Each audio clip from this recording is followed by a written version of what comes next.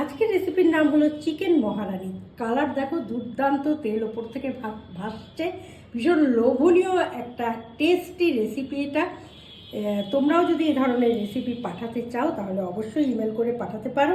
কিন্তু এই রেসিপিটা কি যে করলাম, খেতে কেমন হয়েছে সেটা একবার টেস্ট করে বলি তোমাদের।